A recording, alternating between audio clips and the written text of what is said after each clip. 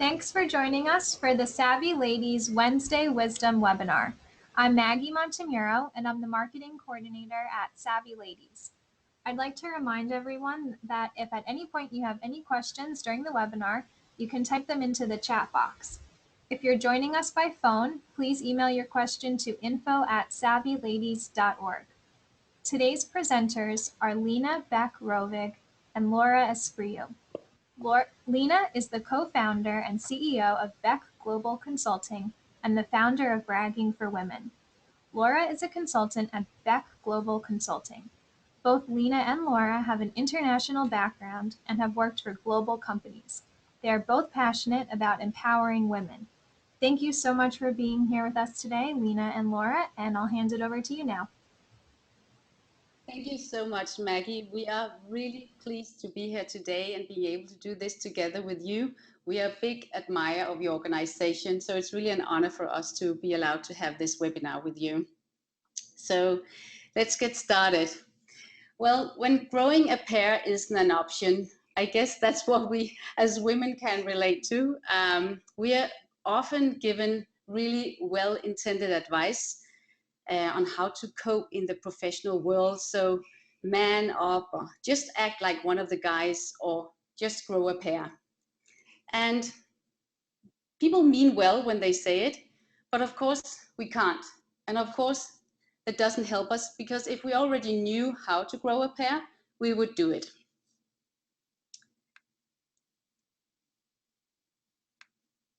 So what is it we would like to share with you today and teach you today? Well, we would like to go into the reasons for why you can be vulnerable. When we put ourselves forward, when we have to ask for something, we are putting us in a situation where we can get hurt. So we would like to see, why is it that a lot of women can't lean in or can't put themselves forward? A lot of times it's because we feel that we are vulnerable. Then we're going to talk about how to navigate the scenarios where you need to put yourself forward, what is happening in those scenarios. And last but not least, you will get 4 amazing tips and tools on how to communicate more powerful and up your presence.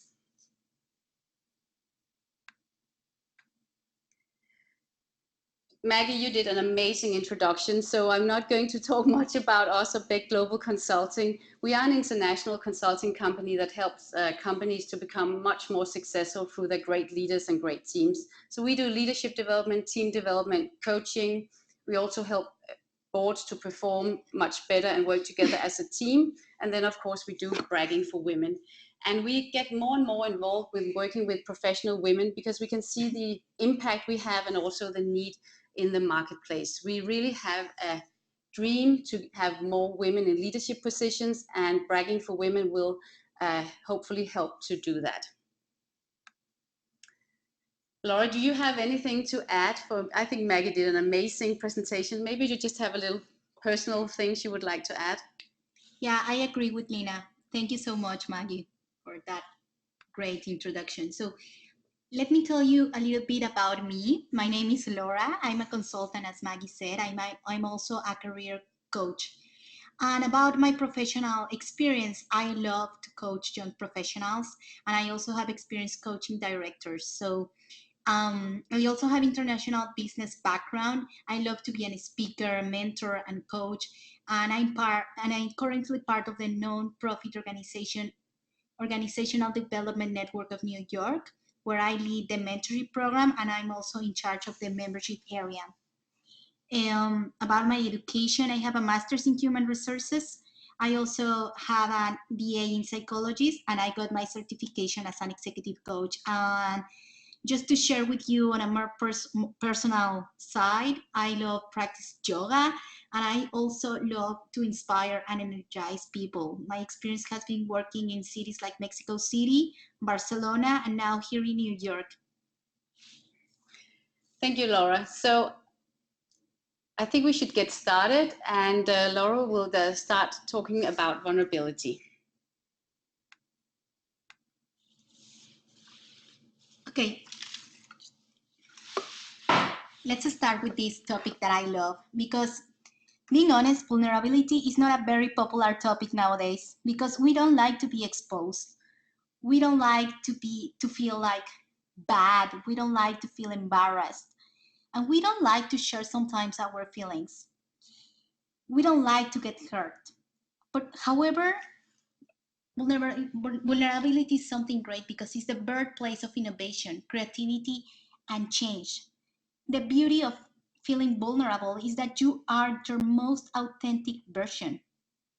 It requires courage to be vulnerable because when we are accepting that we are not perfect, we are connecting with others in our most authentic way and we are accepting ourselves.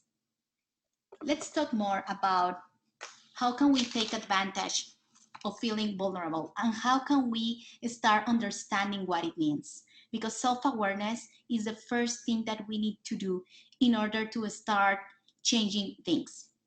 Vulnerability is defined like uncertainty, risk, and emotional exposure. And the first point that we want to share with you is own perception of what is expected. This is a really important point because I I would like to invite you, first of all, to find your own meaning of perfection. All of us, we have our own meaning. We wanted to do the things in a perfect way, but of course, we know that perfection is not possible, right? So, all of us, we have a meaning. So, I will invite you to find that meaning and to work with that and to accept that once we understand what is perfection for you, it's easier to handle that and to understand that we cannot control everything. The second point that we want to share with you is own perception of what is expected. This is also hard because I wanted to talk now with you at this point about compassion, because when we have our expectations, sometimes they are so high. And that's why we tend to feel bad because we are not achieving those expectations, or maybe because other people also have expectations for us. The important thing is we need to learn and to understand that we cannot control everything. So we can learn to let things go. However, it's also good to flow and to learn to embrace change. So instead of having high expectations, we can start understanding ourselves and get the flow with the life and then start managing that. The third point, trust not build. I really like this point because we can understand trust in two ways, right? When we say that we trust someone is because maybe he or she is really good keeping a secret. But on the other hand, the other kind of trust is like when we trust someone because he or she can do the job, right? So there are different kind of trust. And when we feel vulnerable here, it's because we haven't built that trust in the relationship. So the key here is to be prepared and to start building that trust in those two ways. So try to think when you are with someone, what is the type of trust that you need to start building? So it will be easier for you to start managing that point. The next point is about relationships. And I love this point because relationship is a huge help for a lot of different things. So the key, the key here is to start to build a relationship before we need something. Before we want to ask for something, just start expanding your network and start connecting with other people when you don't have that relationship form. And something that can help you, and it's a tip that it has been helping me, is why don't you start sharing something personal when you need to start building that relationship with someone that you don't know? And if you start sharing something personal about yourself, it will be a huge help because they will feel you are showing that vulnerability in you, so they will be more open to hear you. And finally, let's talk about imposter syndrome. This is a really, really good. This is a really good thing that we want to share with you, because imposter syndrome, it defines like a lot of self-doubt in ourselves when we just don't feel that we are enough, when we keep doubting about ourselves to do different things, because we are always thinking that we can do this better or we are not that good. So, however, we are very successful. So the persons who suffer of imposter syndrome suffer of a really bad self-doubt, but on the other hand, they are great achievers of successful. They are so successful. And now that we are talking about imposter syndrome, let me share with you a story from Jodie Foster. She is a very great actress right nowadays, and she won an Oscar. And when she won an Oscar, and when she was giving the speech, when she was saying thank you for this Oscar and blah blah blah to the public, she confessed that since she walked for the first time to jail because she studied there, she felt like an imposter. She felt like I'm not good enough to be here at jail. And now, when she won that Oscar, she felt the same way. She was telling to herself, I don't know what I'm doing here. I'm sure that somebody's going to come to my home and to take the Oscar and to give it to Meryl Streep because I'm not good enough. I'm not that good actress. So all of us, we have experience where we don't feel ourselves, when we don't feel enough. So the important thing is like to try to recognize when are you feeling that way, why you are feeling that way, and if this is real, and why you are feeling, and try to find different patterns when you feel like this so you can start managing. And this brings me to talk to you about the internal barriers. This is our inner voice. And as I was sharing with you, this inner voice sometimes helps us, but sometimes it doesn't.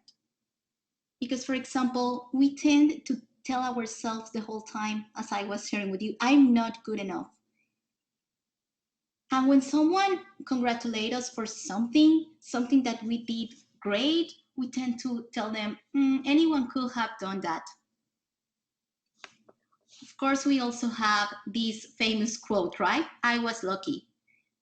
When we achieve something pretty awesome and someone says, oh my gosh, you did an amazing job, we said, I was lucky.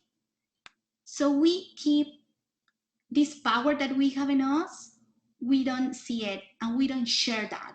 So we keep saying things like, I will fail, I'm not qualified, my mom, dad told me once, and I don't know how to do it. So the important thing is like recognize that inner voice inside of you and to recognize, and I just wanted to leave you with this, that you are enough. You are enough and you are here because you deserve it, because you have been working so hard. So start recognizing that voice and start to understand that showing and sharing your vulnerability is beautiful because it's your most authentic version. And finally, this is a skill to be learned. It's not a given for us to brag. It's not a given for us to share our accomplishments. It's not a given for us to feel with this confidence and just start talking about us the whole time. So start changing the work here that we need to do with ourselves is to start changing our mindset from an internal conversation about our self-confidence and everything to an external conversation about how can I brag in an authentic but also feeling comfortable doing that. So start this inner mastery. If you start with this job with ourselves, with yourself inside, you can then share this with the rest of the people. And we want to ask you one question here. We would like if you can just share some examples of when and where you feel vulnerable. So Maggie, I don't know if you can help us with that, or how can we see the answers, or Okay, I can keep track of the answers coming in. Fantastic. Thank you, Maggie. Okay. Thank you, Laura. I think the reason why we want to talk about inner mastery is that it's really important that we recognize that it's not a given for women to brag and put ourselves forward. There's nothing wrong with us.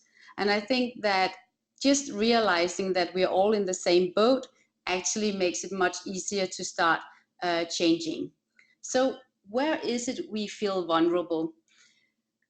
Well, it's often in the workplace, at meetings and presentations, and when we are asking for something.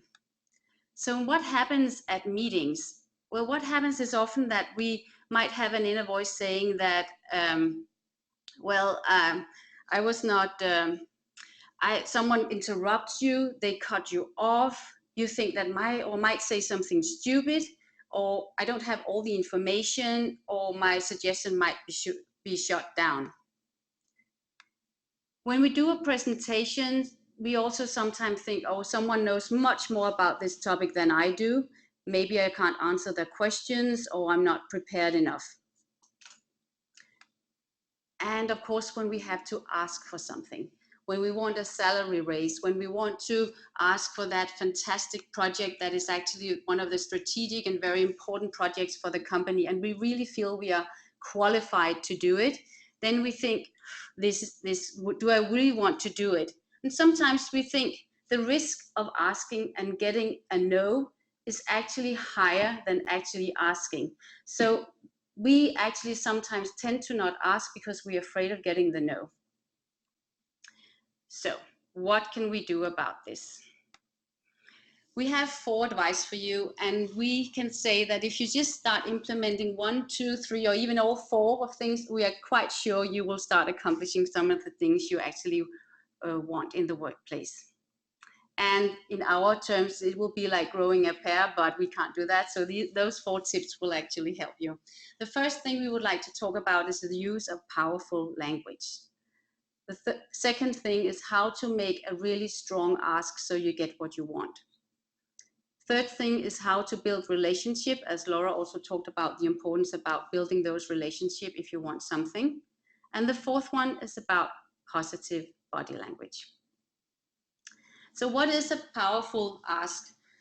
Well, a powerful ask is important because the receiver doesn't, what is powerful language, sorry. The thing is that if you have a vague language, people might think, well, it's a good intention, but will she really do it? If you have a very powerful language, people think, oh my God, she's really doing it, so I can trust her. So a good example could say, I should call John today. If you're sitting in a meeting and someone wants something done, say, oh, I should call him today. If you change it and say, I will call him today, I will try, or I will schedule that meeting. I was thinking that maybe that is like one day it might happen, or we can say the best thing we can do is to XYZ. Or I was wondering if, and I know that. And the last example we have is, I have heard that, or facts are. As you can see, if you just change those few words in your language, actually you come across much stronger. The second tip we have for you is about the strong ask. For me, that has been one of the most difficult things to overcome in my career. But when I start changing my language, I actually really achieve what I want. And even though sometimes I felt extremely uncomfortable and had butterflies in my stomach, I did it. And afterwards, I was surprised to see how much respect I got from actually making this very strong ask. So the first example we have is if you want more responsibility, you can say, shouldn't say, if time comes, I would be interested in having more responsibility. If you tell to the people, I want more responsibility, the project X is my dream project, and you have of course prepared why. Or if you want to move up in your career ladder on a managerial level, says, I'm ready to take on managerial responsibilities. I have been leading the last launch and I'm confident that if you come in and say, oh, I was thinking that it could be interesting to someday get some managerial responsibilities, your boss, he or she might think, okay, she's not ready. But if you say, I am ready, she doesn't even have to think about that you're ready because you already informed her. And of course, one of the most difficult things is to ask for a salary raise, but also here prepare and don't ask if it's possible. or you deserve it. No, the latest statistics show and you are behind. So really prepare and make the ask. Don't make it up to the boss, to your boss, to actually decide if you are behind on your salary. You already have all the answers. The third point we have for you is the importance of relationship building. So why is it actually this is so important? Laura already told you that why is important, because you need those relationships to actually vouch for you in the company, so you can get the position, the project, etc. So whom should we actually build relationships with? And it's actually would actually be more easy to say who you should not, but you should actually build with all stakeholders you have in your professional career, your colleagues, your boss, if you're studying, teachers, decision makers, even your enemies. One of the things I have seen when I coach women is sometimes if they don't like the CFO, but he's actually the one deciding on the budget, you should make a relationship. Relationship is not always about taking, it's about giving as well. So if you feel uncomfortable saying that I actually don't want to build a relationship because I just want to have something, think about it the other way, that you might actually be able to give something to people. And of course, if you want a mentor or sponsor, it takes time to build those relationships. So how do we do it? Well, a lot of time it's about appreciating others. Find out what they're interested in. Find out what is it that actually trigger them, so you get the conversations starting. Some people have always also asked us, what about gossiping? Because they don't want to stand in the corner and gossip with a coffee cup in their hand. But if you can avoid that, if someone starts gossiping is not building relationship, so just walk away from that. But remember to listen actively. Communication is a lot of time all about listening and finding out, and then of course asking the right questions. And where can you do that? You can of course do it at networking events, at work, universities, parties, even your family and neighbors. Often we do forget that we might already have someone in our sphere. It could be an uncle we actually haven't, we only meet him at birthday parties and we never really talk business with him. But sometimes that person could actually be a really good person to build a relationship and talk to. And maybe you can have some new experiences and he or she can open the doors for you. The last point we have is about body language. And now we don't have video on today, so we can demonstrate, but body language is actually 60 to 7% of what you say. Today you can't see us, so our voice is the one that you can hear. And you might sit and think, oh, we have an accent. Where do we come from? So I come from Denmark, Copenhagen. Laura comes from Mexico, and you can hear that. And you might think, so what is it about Denmark, or what's it about Mexico? So you already have some things in your head about us. But if you could see us, you could also see that we might be moving our arms or our face. So we actually want to make an extra, so you will look at our face and our body and think, oh, so that's what they mean. We have an example of someone who is really powerful with her body language, Oprah. And as you can see on those 4 pictures we have here, she has a very open position. At the first picture, she's standing with her arms open. And I hope you all can now open your arms and just feel that power you have. Or if you take them over your head, like she does on the second picture. On the third picture, she's sitting there talking and she's leaning in and her hand is open and she gives this impression that she's very interested. And also, of course, the fourth picture where she's, even though it looks like a very serious conversation, she's open and looks very interesting.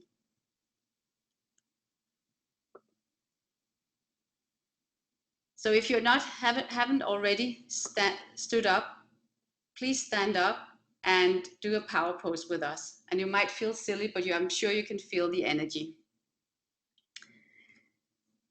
The conclusion of all this is that if you let your personality shine, your message will come across, and you might still not be able to grow a pair, but you will definitely have an impact in your workplace. So that was all for us, and I hope that you had a really good time listening to it and learned something. So we are open if there's any questions. Thank you, Lena and Laura. That was really great. And we did have some questions that came in, so we'll get started with this first one here. I'm afraid to ask for a raise because of my relationship with my supervisor changing. For example, if they should say no. So can you give some tips on that? Yes, it's a very common thing that we are afraid of getting that no and the relationship will change. And I think in this, it's really a fantastic example. Laura talked about vulnerability, and this is a perfect example of where we are vulnerable and we think our relationship will change. I would say there's different tips. One of the tips is to change your inner dialogue with yourself. Don't think that the relationship will change, because maybe the boss really, your manager really wants to give you a raise. He or she is not in charge of the budget. So at least you plant a little seed for now, and maybe you get the raise even sooner. So never hesitate to do that. Laura, do you have it? I can see you also have some good advice for that, I know. I will just add, what Lena just said it is great, but I will just add, just be prepared with some facts. Just be prepared, like, to share with him when you have that conversation, some facts about why you are asking a raise. Are you under, are you not earning enough salary if you compare with, not like your peers, because that could be difficult, but you can just say, it's well known that between women and men we are behind our salary. So you can also speak for other women in your company. So we are looking to have more, like, enough and fair money for what we are doing, and you can always be prepared with why you are asking for this. I have a personal story with that, because I was very afraid, as I said before, to ask for a salary raise in the beginning. What I realized is when I did go in and ask for a salary raise and was prepared, I had a huge respect afterwards. I was afraid, like the person who asked this question, I was afraid as well that they wouldn't accept me afterwards, or the relationship would change. But exactly the opposite happened. I got a huge respect for my manager for having I wouldn't say what it is, but the pair to ask for a salary raise. So I got respect from asking. Okay, great. Thank you.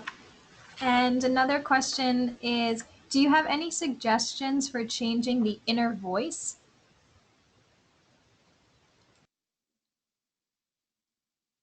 That's a really good question. And what I can tell you, first of all, is to be aware.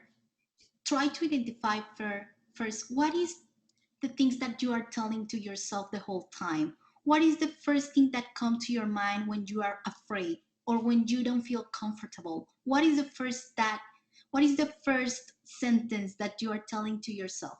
So everything, remember that any change, everything is about, first of all, self-awareness. So if you are aware of what is going on with you, you can first of all identify that, and then you can work with that. So if you, and the second thing that I want to tell you is recognize how does that feel in your body. So for example, an example, it could be when I need to give a presentation, I feel exposed, and I just keep telling to myself, you cannot do it because your accent is terrible, for example, right?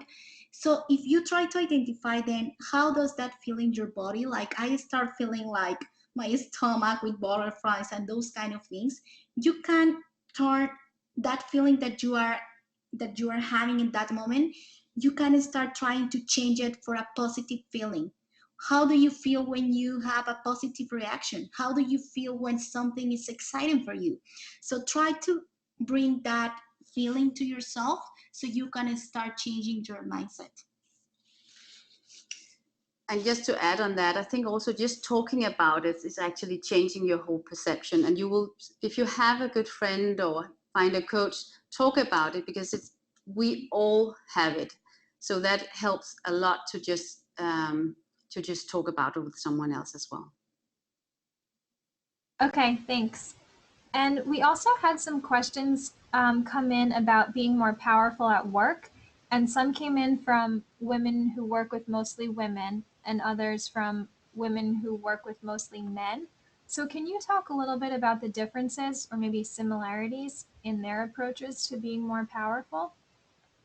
I think that's one thing that we as women, that is a little bit of a burden for us, is that we want to fit in. And when you work with women, we want to fit in, and it can be difficult to stand out because we might not always get a positive reaction from other women. And if you are in an environment like that, you have to be very strong. Do build relationship outside your workplace with someone who really supports you. It's extremely important to recognize your supporters. Who is it that is important, that is actually supporting me? Laura and I coach women that actually spend a lot of time and energy on people that don't support them. And we are coaching them to figure out, are they really that important? So who is important and who are your supporters? Working with men is a bit different, and I have to say there, it's important that you recognize that it's a good thing to stand out. You will never be one of the guys. You can have a very good relationship with them and laugh and whatever. You will not be one of the guys, and nobody's expecting you to be one of the guys. A lot of the time, it's your own expectations to fit in because you, as a woman, have this that you need to fit in. In a male environment, you will never fit in, and that's what we as women has to learn and be proud of that. Men don't expect us to fit in. And I just want to add something. We as women, we always we want to be likable, right? So as Lena was saying, just try to be yourself, try to be authentic, and with that, try to build from that. And just start forgetting that you need to be likable the whole time. That's something that you need to have on mind. Why do I want to be likable? Instead of working, working with my true self and asking for what I want. And the difference between women and men, it could be that you just start building alliances. That will be great. It doesn't matter if it's in a men's world or in a women's world. If you start, as Lena said, creating alliances, it will be easier for you to find a more powerful way to communicate with each other. Okay, thanks. Well, I think we're about out of time for questions, but before we finish, can you just explain a little bit about what bragging for women does so that everyone on the call has the opportunity to learn more about it? Yes. Bragging for women empowers women to actually stand up and speak for themselves in a very authentic way. We don't want anyone to be like a man. We don't want anyone to be like us or someone else. We want them to be their self. There's nothing more powerful than a woman who comes in with her own authentic self. And that is what bragging for women is all about, is teaching the individual woman to actually stand up for herself in a powerful and authentic way. We also have corporate programs where we help companies to actually get more women into leadership positions. This is a huge goal for us to really change the corporate world. And companies hire us because they have problems getting women to put themselves forward. So we help companies strengthen their female talents so they actually have a huge pool of women they can promote from. And we do coaching, we do workshops, we do coaching and speaking, of course. We do it today. So coaching, workshops, and speaking. That's what we do. Great. Thank you so much. Well, we want to thank you, Lena and Laura, for your time today. And we want to thank everyone who joined us as well. We hope you'll join us again. And thank you again for a great presentation, Lena and Laura. Thank you so much for hosting us. Thank you. Thank you.